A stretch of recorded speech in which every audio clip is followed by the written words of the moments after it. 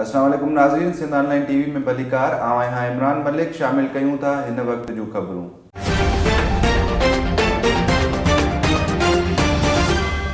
नाज़रीन, मोरो अंजुमन हुसैनी शिया उलमा काउंसिल असगरिया तहरीक MWM पारां पेशावर वाक़े ख़िलाफ़ मरकज़ी इमाम बारगाह हुसैनी का एहतजाजी मुज़ाहिरो करे रैली कढी वई। सिंध ऑनलाइन टीवी के रिपोर्टर मुश्ताक सोलंकी मूजिब प्रेस क्लब अॻियां अल्लामा दोस्त मोहम्मद चन्ना, सैयद काज़िम अली शाह, डॉक्टर गुलाम शबीर मेमण, आगा जावेद सरियो, सैयद कूड़ल शाह, जावेद मुस्तफ़ा कांदड़ो, वसीम शेख, रियाज़ मेमण, मौलाना इमरान मरी, मोहम्मद सालेह बुरड़ो, बाबर अली उमरानी, सज्जाद हुसैन शाह, अतर अली सरियो, जुमानी बख्शल अहमद, मंजूर अली रिंद, कुर्बान अली शाह ऐं ॿियनि चयो त मस्जिद अंदर शहादत असां मोमिननि जी मेरास आहे। मुल्क अंदर शिया मुसलमान के टारगेट करे मारियो पियो वञे।